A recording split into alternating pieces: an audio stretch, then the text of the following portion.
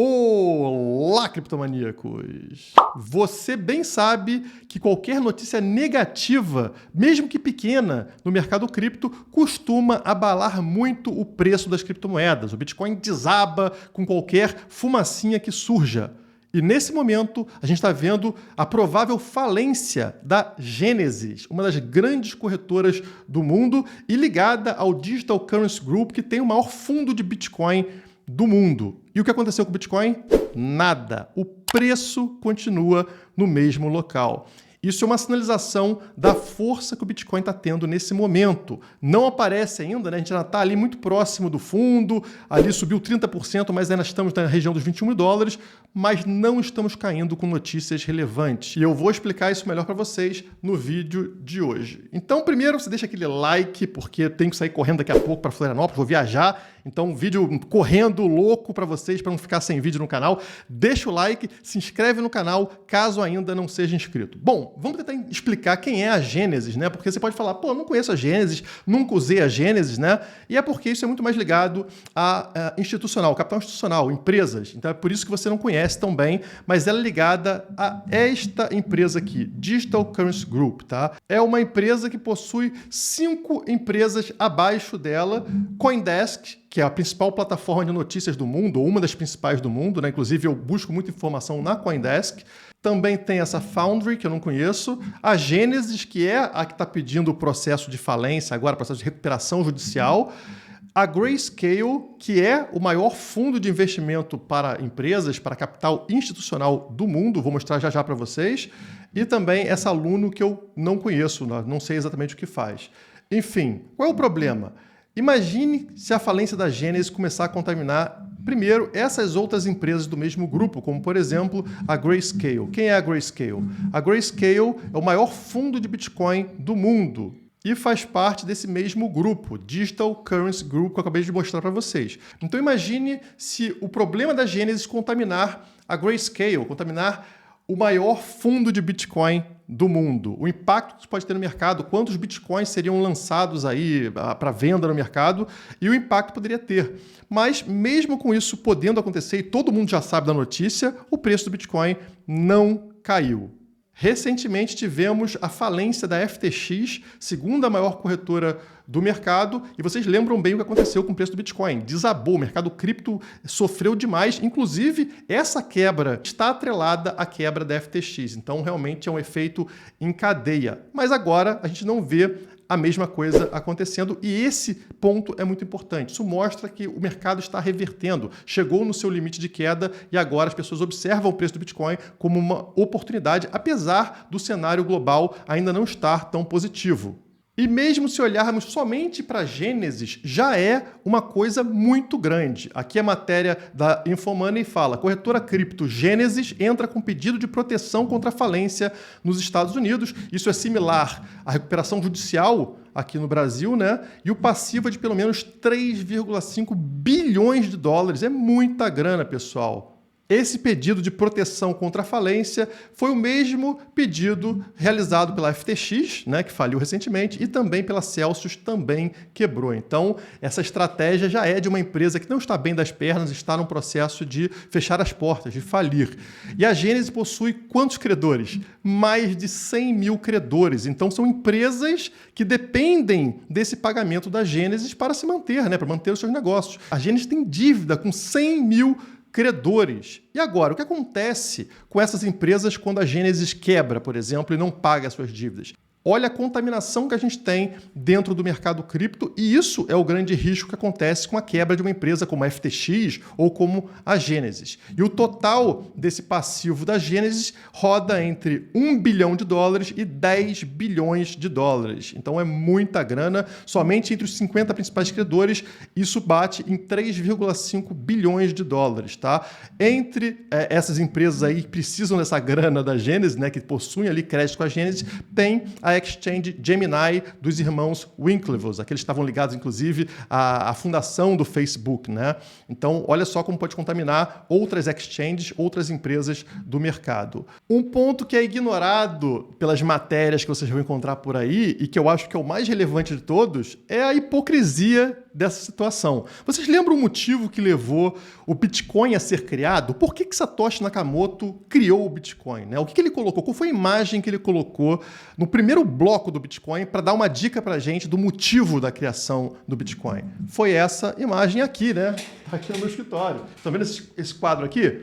Esse quadro é a capa de jornal que estava no primeiro bloco, no bloco Gênesis, inclusive Gênesis, né? No bloco Gênesis do Bitcoin. E o que essa capa fala? Tá na tela para vocês aí, ó. E aqui, The Times, e falava chanceler à beira do segundo resgate aos bancos, falando que o Estado estava resgatando bancos em processo de falência. E resgatando bancos ricos com dinheiro de quem? Com o nosso dinheiro, né? Do povão. Então é pobre sustentando rico. Pobre passando dinheiro para rico. E é justamente como funciona a máquina estatal. A máquina estatal é uma máquina de transferência de renda de pobre para rico. Por sinal, vocês estão vendo matérias aí sobre a Cláudia Raia pegando 5 milhões de reais para fazer um musical, né, pessoal? Um musical que ela não conseguia vender, porque você não queria comprar essa porcaria. E já que ela não consegue captar dinheiro sozinha, vendendo ingresso, o que ela faz? Ela te obriga a pagar para ela, né? Com o Estado. O papai Estado vai lá e rouba o dinheiro do Márcio, do Lucas, do Gabriel, do Guilherme, para me bancar, para bancar esse musical que ninguém quer pagar. Então é transferência de dinheiro do pobre para o rico, para Cláudia Raia, que é milionária, e aí ela pega o teu dinheiro para fazer um musical que ninguém quer assistir. Esse é o normal, tá, pessoal, da máquina pública. Isso acontece também para resgatar bancos em processo de falência. Foi isso que gerou ali a revolta no Satoshi Nakamoto, fazendo ele criar o Bitcoin. Mas não é irônico, não é uma hipocrisia que corretoras de criptomoedas também estejam fazendo o mesmo pedido de proteção ao papai Estado? Papai Estado, estou quebrando, então me dê dinheiro dos pobres aqui para me resgatar. Então isso também é um absurdo e mostra como não tem nenhuma relação com o Bitcoin. O Bitcoin é descentralizado. Isso aqui são corretoras centralizadas agindo como bancos. E é ótimo que aconteça uma limpeza no mercado, que esse tipo de coisa desapareça. Aquelas empresas centralizadas que ainda precisam ali de regulamentação, que precisam de proteção do Estado com o teu dinheiro, que elas sumam do mercado e que o mercado realmente se torne descentralizado como o Bitcoin. Notem como você não está seguro usando a moeda estatal e principalmente a moeda estatal que está em posse de bancos, onde o Estado pode tomar o teu dinheiro, como o Collor fez no Brasil, ou pode usar a sua grana para resgatar bancos. Esse é um grande risco que a gente tem ao utilizar a moeda estatal.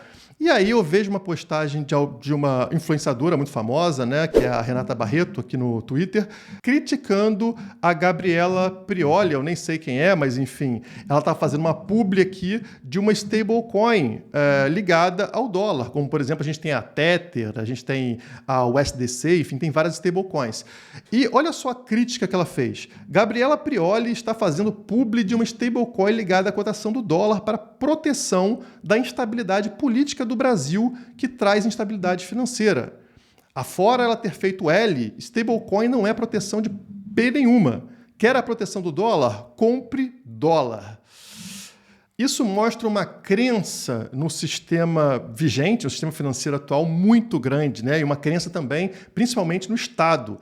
Eu acho que a instabilidade política do Brasil é um risco, tá? Assim como a tal Gabriela Prioli postou, isso é um risco muito grande de desvalorização do real, de confisco do seu dinheiro em diversos formatos. Então é bom que você realmente fuja desse risco, né? Se o Brasil está um risco, você pode buscar o dólar, por exemplo. E agora, será que o dólar em espécie, você ir lá no banco e comprar e o Estado saber que você está fazendo isso, realmente está te protegendo de alguma coisa? Porque se você está com medo da instabilidade política do Brasil, será que você está em real ou em dólar, com o governo sabendo disso, te protege de alguma forma, você continua tendo o risco do governo ir lá e tomar as suas posses, né? Se ele sabe que você possui isso e se isso está ao alcance dele, está dentro de um banco, por exemplo, que está ligado ao Estado. A stablecoin, o dólar, você continua no risco de uma moeda estatal, né? Já que está atrelada ao dólar, que é uma moeda estatal. Mas você remove o risco de confisco, né? Já que isso não está na mão do governo brasileiro ou de bancos brasileiros. Então, sim, stablecoins têm uma camada de proteção superior a você estar com o teu dinheiro atrelado ao Estado brasileiro, se o Estado brasileiro é o problema. E claro, melhor do que isso seria você comprar Bitcoin, que aí não tem nem o risco de confisco, nem o risco de estar atrelado a uma moeda estatal. Então o Bitcoin resolve esses problemas e esse tipo de postagem aqui não, né? Comprar o dólar, comprar o papelzinho lá e botar na sua conta bancária, não. O governo vai saber disso e pode confiscar o seu dinheiro de qualquer forma. E vai limitar também a quantidade de dólar que você pode comprar. A melhor solução para um problema de instabilidade política no Brasil, que eu acho que está acontecendo, que vai acontecer mais, é você comprar criptomoedas. Pode ser uma stablecoin, mas de preferência o Bitcoin e colocar na sua carteira pessoal. Como eu sempre falo aqui no canal, você pode comprar uma Ledger, né? A Ledger Stacks está sendo lançada nesse ano, no primeiro trimestre desse ano, que é fantástica. Eu fui lá cobrir em Paris, vocês viram, né? Ou pode comprar a Ledger tradicional aqui, que parece esse pendrive, e você guarda as suas criptomoedas. A Ledger aceita centenas de criptomoedas, incluindo stablecoins, né, que são atreladas ao dólar, e você guarda e pronto. A posse é sua, ninguém pode confiscar esse seu dinheiro. E no caso do Bitcoin, não está atrelada a moeda de governo nenhum. Então, essa é a real proteção, é isso que tem que ser passado para quem quer se proteger de instabilidade política e econômica.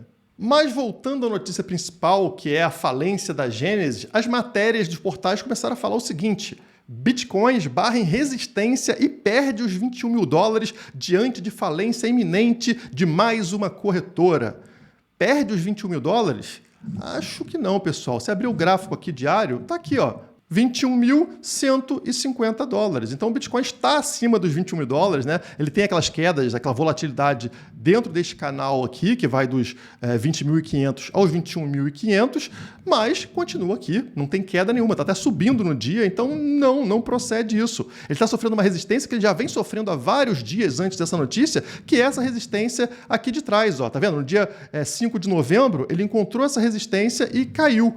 E está difícil romper essa região aqui de resistência, tá? É importante a gente fechar algum dia acima dessa região dos 21.200 dólares, tá? E aí, conseguindo romper essa resistência, a tendência é ele subir até a próxima resistência na região aqui dos 24.500 dólares, que é aquela região da média móvel de 200 semanas, tá? Então vamos ter um pulo aqui, e é uma região que tem vários pulos, vários saltos de preço, porque na hora da queda, quando a gente caiu aqui atrás, vocês vão notar que a queda também tinha esse padrão, tá vendo? Quedas muito fortes aqui, sem nenhum suporte. Então a gente não tem regiões aqui de resistência relevantes após aqui os 24.500, né? Já subiria direto para essa região dos 30 mil dólares. É interessante para a gente, são poucas regiões de resistência, mas são resistências difíceis de serem superadas, começando por essa atual, exatamente no preço que a gente está, e depois pela de 24.500 dólares, tá? Mas essa demonstração de força do Bitcoin, mesmo com uma notícia tão impactante, ligada a um dos maiores grupos do setor cripto, é muito interessante, né? Isso, no momento, poucos meses atrás, geraria uma queda absurda, vocês sabem disso, como aconteceu no caso da FTX, que gerou esse vale enorme que vocês estão vendo aqui, né? E agora não. O Bitcoin está mostrando uma força, mostrando realmente um sinal ali de reversão de tendência. Isso é muito legal para a gente. E talvez seja por isso que muita gente importante está prevendo a maior alta da história do Bitcoin. Eu sei que pode parecer loucura num momento como esse, mas são sinais que o Bitcoin está nos dando. Uma força tremenda depois de uma notícia tão relevante quanto essa, uma notícia negativa, e também empresas e pessoas relevantes falando sobre altas históricas, mesmo com preço no patamar dos 21 mil dólares. Vamos começar por essa matéria aqui. Próxima alta do Bitcoin será a maior já vista na história, prevê gigante das criptomoedas. Eles estão falando aqui, no caso, sobre a Bitwage, uma empresa que administra fundos e ETFs de Bitcoin, e eles lançaram as 10 previsões para 2023. A primeira é que o preço de mercado do Bitcoin vai se recuperar em U. e não em V, indicando que deve ocorrer mais rápido do que muitos esperam. Um dos motivos para essa previsão super otimista envolve o crescimento de soluções e aplicativos que favorecem a adoção em massa. E isso realmente é algo que segura, atrasa a adoção do Bitcoin, né? A sua avó não conseguir utilizar Bitcoin como ela utiliza, por exemplo, o WhatsApp. E a Bitwage está ligada, está envolvida com várias empresas aí do mercado que estão desenvolvendo softwares, aplicativos para adoção em massa. Então ela sabe de informações que a gente não tem. É interessante ela falar sobre isso, que realmente tem um poder de adoção muito forte para esse próximo ciclo de alta, né? O ano marcará um descolamento do setor de criptomoedas com o mercado de ações em bolsa de valores. Então isso é interessante porque você aí que está com medo do cenário macro do mundo, se acontece um descolamento, significa que o macro pode estar péssimo, ações caindo no mundo todo e o Bitcoin subir porque ele se apresenta como uma solução para esse problema. Algo que a gente espera há bastante tempo, mas que ainda não aconteceu. Eles estão prevendo isso para esse ciclo agora, né? Para esse ano. Nem só de previsões otimistas vive o mercado, então também tem visão negativa. Eles falam sobre a questão de regulamentação, ou seja, isso vai ser discutido no Congresso dos Estados Unidos e pode ter um impacto negativo. E também previam que algum unicórnio das criptomoedas vai falir em 2023. Opa, eles falaram isso antes da Gênesis, tá? Então, por exemplo, pode ser a Gênesis, pode ser o Digital Currency Group, eles estão acertando nessa previsão. Com relação às corretoras, as previsões apontam que o volume da Uniswap deve superar o da Coinbase no quarto trimestre, mostrando a força das plataformas descentralizadas no mercado. Então, também uma migração do sentido que eu estou falando, né? Da gente começar a limpar o mercado das centralizadas, que ficam pedindo o pinico para o Estado, pedindo o teu dinheiro para se salvar, e migrar para opções descentralizadas como a exchange Uniswap. Muito interessante essa visão deles no mercado e faz sentido eles estarem prevendo aí uma alta do Bitcoin maior do que as anteriores, justamente porque a gente teria a aceleração daquela curva de adoção que acontece com todas as tecnologias modernas. Eu vou apresentar um gráfico sobre isso para vocês logo após mostrar outra pessoa prevendo aqui alta do século para o Bitcoin, que é o Arthur Hayes, o fundador da BitMEX, uma das grandes corretoras do mundo, né? Arthur Hayes cita cenário que pode fazer Bitcoin ter alta do século. No caso da matéria, ele não fala nada demais, ele fala que pode ficar neutro, pode subir ou pode cair, qualquer um poderia falar isso, né? Mas ele coloca um cenário aqui de alta do século ligado justamente aos Estados Unidos não conseguirem mais fazer esse aperto aí para tentar controlar a inflação, já que as empresas começam a ter problemas sérios. Vocês viram recentemente o número de demissões em empresas de tecnologia. Então, se os Estados Unidos precisam agora liberar dinheiro, né, voltar a acelerar o mercado, isso faz com que o Bitcoin dispare junto às criptomoedas e a gente atinja aí a tal alta do século. Então, está todo mundo alinhado com a questão do Bitcoin poder ter essa disparada absurda dentro dos próximos meses ou dos próximos anos. E o que eu estou querendo falar para vocês com relação àquele gráfico de adoção de tecnologia é isso aqui, né? A gente nunca acha que vai acontecer, tá, pessoal? Então, vocês percebem que lá atrás, antigamente, levava muito mais tempo essa curva S aqui, né, para ter uma adoção. Então, telefone, ó, automóveis, vem uma curvinha lenta aqui, ó, bem lenta. Aí tem esse processo aqui de estabilização e depois tem um pump lá na frente. Olha o que acontece mais recentemente, né, com a tecnologia moderna. Telefones celulares, micro-ondas, por exemplo. Olha só. Começa aqui mais lento e daqui a pouco sobe assim, ó, numa reta, porque todo mundo adota, né? No início, somente poucas pessoas tinham um telefone celular, era uma coisa muito cara, mas do nada o negócio dispara e todo mundo começa a ter. E essa é a ideia também com relação à adoção do Bitcoin. Como eu falei, hoje sua avó não consegue usar, mas assim que aparecer um aplicativo que permite ela usar a Lightning Network com um clique no celular, pronto, está adotado, todo mundo começa a utilizar.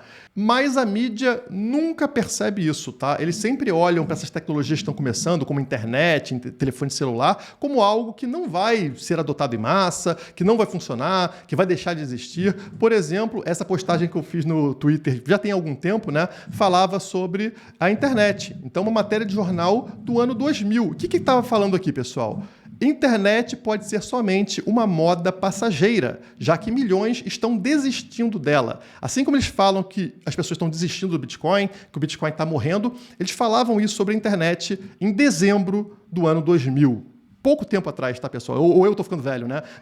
Mas há pouco tempo atrás, no ano 2000, falavam que a internet era uma moda passageira, como falam também com relação ao Bitcoin. E de repente, pronto, todo mundo está usando a internet. O mesmo processo deve acontecer com o Bitcoin. Não sei se esse ano, não sei se daqui a 3 anos, mas uma hora vai acontecer a mesma coisa.